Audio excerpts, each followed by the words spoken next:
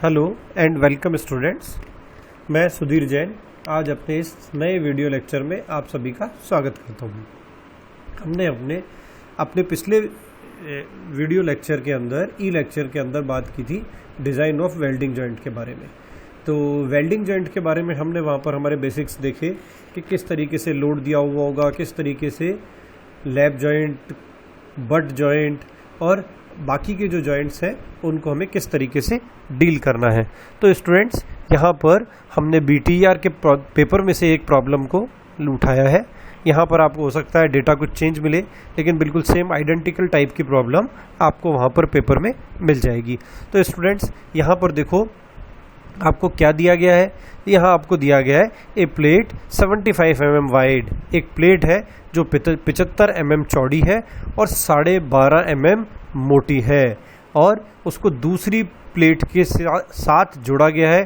कौन से वेल्ड के द्वारा जोड़ा गया है? Single transverse and double parallel fillet weld as shown in figure. और आपको बताया गया है कि जब हम ये दो प्लेटों को जोड़ेंगे तो हम किस तरीके का ओरिएंटेशन उन दोनों प्लेट्स के बीच में बनाएंगे।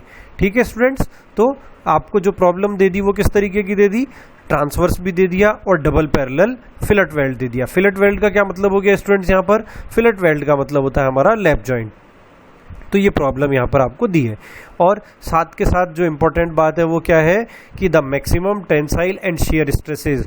तो जनरली जब हम लोड की बात करते हैं, स्ट्रेसेस की बात करते हैं, तो वहाँ पर एक तरीके का डेटा दिया जाता है। यहाँ पर आपको दोनों तरीके का डेटा दिया गया है। टेंसाइल में 70 मेगापास्कल डेटा दिया है और शियर स्ट्रेस का जो डेटा है वो है 56 मेगापास्कल या 56 न्यूटन पर मिलीमीटर स्क्वायर। ये डेटा आपको दिया गया है। और आपको क्या पूछा गया है? Find the length of each parallel fillet weld. और कब पूछा गया है? साथ में क्या कंडीशन आपको इस न्यूमेरिकल प्रॉब्लम में दे दी गई है? इसने आपको दे दी है if the joint is subjected to both static and fatigue loading. तो दोनों तरीके की लोडिंग के बारे में आपको यहाँ पर प्रॉब्लम में पूछा गया है।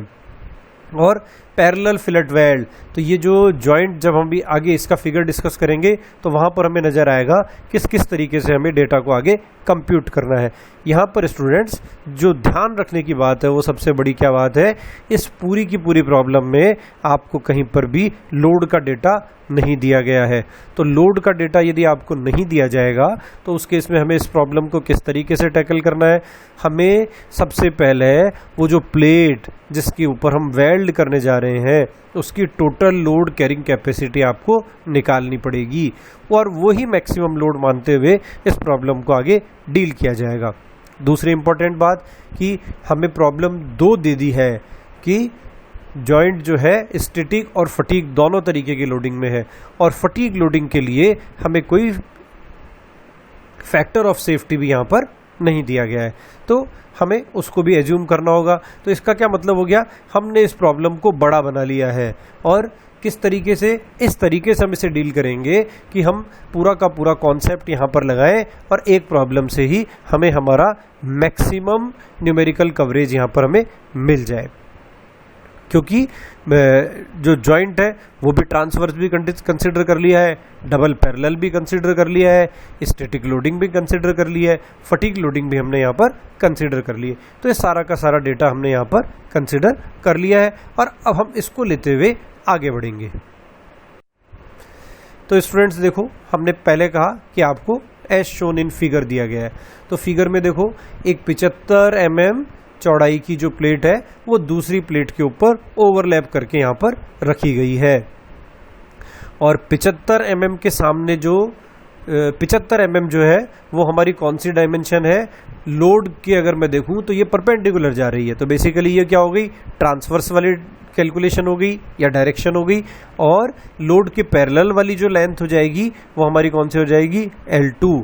तो वो हमारी ट्रांसवर्स, और वो हमारी हो जाएगी पैरेलल, और L1 हमारी हो जाएगी ट्रांसवर्स। तो ये दोनों लोड के केस में ये डेटा मैं आपको यहाँ पर कैलकुलेट करके बताने होंगे। तो विड्थ आपको 75 दे दी है। हमने ये कौन सा व्यू बना रखा है? इसका हमने प्लान बना रखा है इस वेल्डिंग जॉइंट का। थिकनेस दी हुई है, शियर स्ट्रेस दी हुई है, टेंसाइल स्ट्रेस दी हुई है, length of parallel fillet weld calculate करनी है, और यहाँ पर स्टूडेंट्स देखो, जो ध्यान रखने की जो सबसे इम्पॉर्टेंट बात है वो क्या है कि जब हम वेल्डिंग की लेंथ को कैलकुलेट करते हैं तो हमने पिछले लेक्चर में बताया था कि आपको 12.5 mm स्टार्टिंग एंड स्टॉपिंग के लिए वेल्ड की लेंथ में ऐड करना होगा, तब जाकर आपका आंसर आएगा। तो अब मैं ये जो यहाँ पर पिक्चर में वेल्डिंग दिखाई गई है, इस वेल्डिंग को 3 टुकड़ों में बांट दूँ अगर, 3 टुकड़े कौन से, सबसे पहले ऊपर की तरफ मैं चलूँ L2, फिर बीच में आ जाऊँ L1 और फिर डायग्राम के नीचे की तरफ आ जाऊँ L2। तो स्टूडेंट्स अगर मैं तीनों साइड में 12.5, 12.5, 12.5 जोड़ दूंगा तो ये डेटा इंक्रीज हो जाएगा। क्यों इंक्रीज हो जाएगा? क्योंकि L2 का L1 के साथ में एक तो जॉइंट बन रहा है लोअर कॉर्नर पे, एक जॉइंट बन रहा है अपर कॉर्नर पे। तो इस प्रॉब्लम को डील करने के लिए हमें सबसे पहले जो L1 कैलकुलेट करनी होगी वो डायरेक्ट इस प्लेट की विड्थ के बराबर नहीं होगी। हमें पहले इस 75 में से सबसे पहला डेटा जो बताना होगा वो 12.5 को माइनस करके बताना होगा, और बाकी जब हम L2 को कैलकुलेट करेंगे तो उसमें हम जोड़ देंगे। तो L2 में जोड़ने से क्या फ़ायदा होगा स्टूडेंट्स कि स्टार्टिंग और एंड इस पूरे के पूरे वेल्डिंग जॉइंट का जो बन रहा है वो L2 में ही बन रहा है। शुरुआत भी L2 पे ही हो रही है ऊपर की तरफ और एंड भी L2 पे ही हो रहा है। तो जब हम दोनों साइड में 12.5 जोड़ेंगे तो स्टार्टिंग भी कंप्लीट हो जाएगी और उसके बीच में जहाँ पर L1 के साथ जॉइंट बनेगा वहाँ पर भी वो डिस्टेंसेस पिक्चर में आ जाएगी।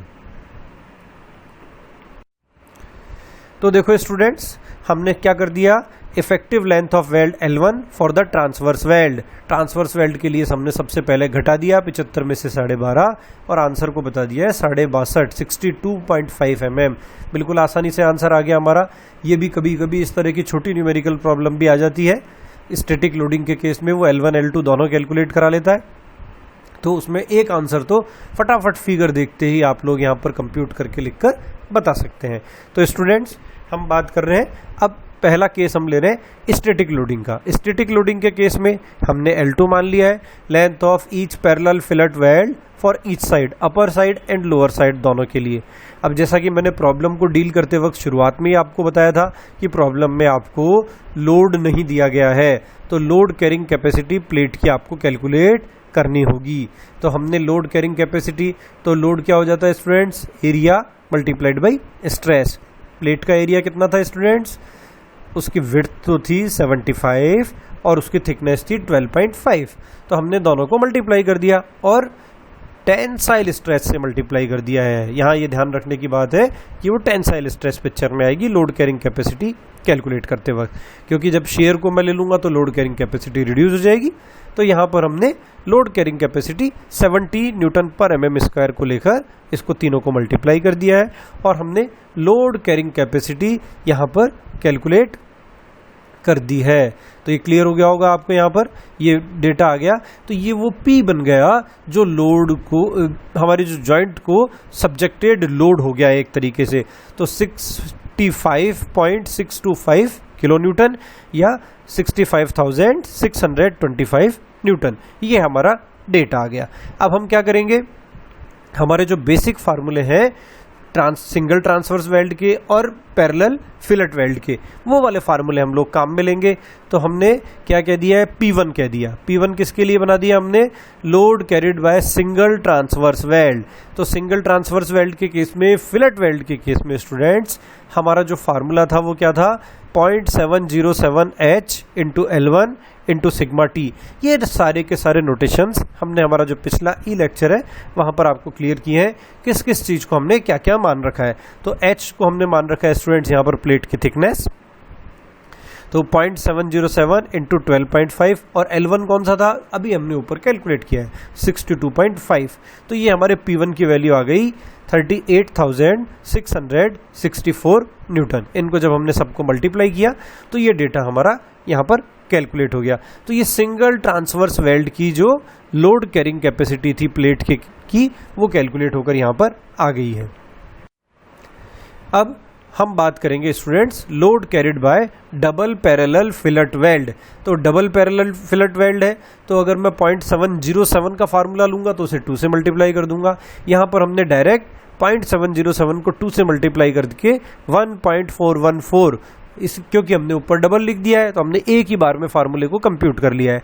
तो P2 is equal to 1.414 into H into L2। L2 क्या था? Length of parallel fillet weld. ये डबल पैरेलल फिलेट वेल्ड नहीं थी, पैरेलल फिलेट वेल्ड। तो 1.414 into H into L2 into shear stress. Shear stress के पिक्चर में आ गए स्टूडेंट। ट्रांसवर्स के केस में तो हमारी टेंसाइल स्ट्रेस पिक्चर में आ रही थी, और जब पैरेलल फिलेट वेल्ड होगा तो हमारी शियर स्ट्रेस पिक्चर में आएगी। हमने हमारी यूजुअल डेटा सब्स्टिट्यूट किए। L2 हमें नोन नहीं है स्टूडेंट्स यहाँ पर कि प्लेट को एक दूसरे के कितना ओवरलैप किया जाएगा। ट्रांसवर्स तो उसकी विड्थ के रेफरेंस में कैलकुलेट हो गया स्टूडेंट्स, लेकिन ये जो ओवरलैपिंग है बेसिकली L2 उसी को डिसाइड कर रहा है कि आपको वो दोनों प्लेट्स को कितना ओवरलैप करना है कि वो मैक्सिमम लोड कैरिंग कैपेसिटी जो 65,625 न्यूटन जो लोड आया था आपका, हमने कैलकुलेट किया था, वो ये दोनों के दोनों प्लेट्स का जब जॉइंट बने तो सस्टेन कर सके, उसे वो बियर कर सके। तो स्टूडेंट्स देखो हमने यहाँ पर कैलकुलेट कर दिया है 990 L2 न्यूटन, सबको मल्टीप्लाई कर दिया। अब हमने कह दिया total load carried by the joint.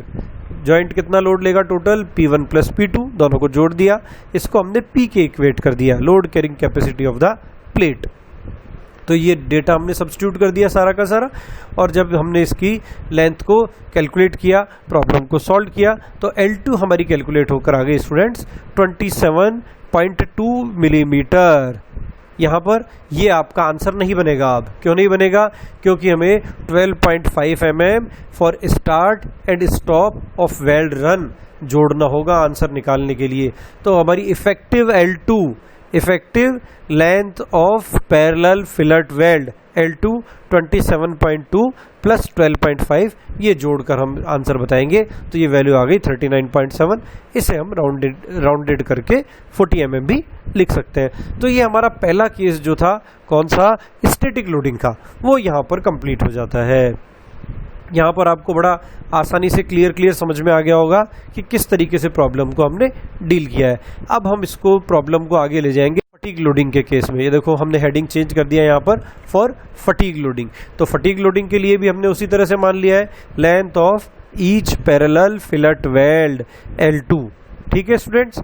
और अब हमें क्योंकि फटीग लोडिंग कंसिडर करनी है, तो फटीग लोडिंग के केस में अगर आपको बेसिक्स ध्यान हो तो स्ट्रेस कंसंट्रेशन के फैक्टर्स पिक्चर में आते हैं।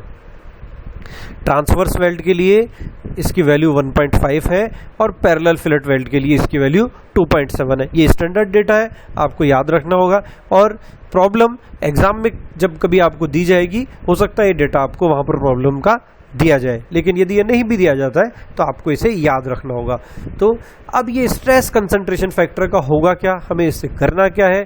तो इससे हमें हमारी जो स्ट्रेसेस है उन्हें परमिसिबल वैल्यूज के ऊपर ट्रांसफर करना होगा।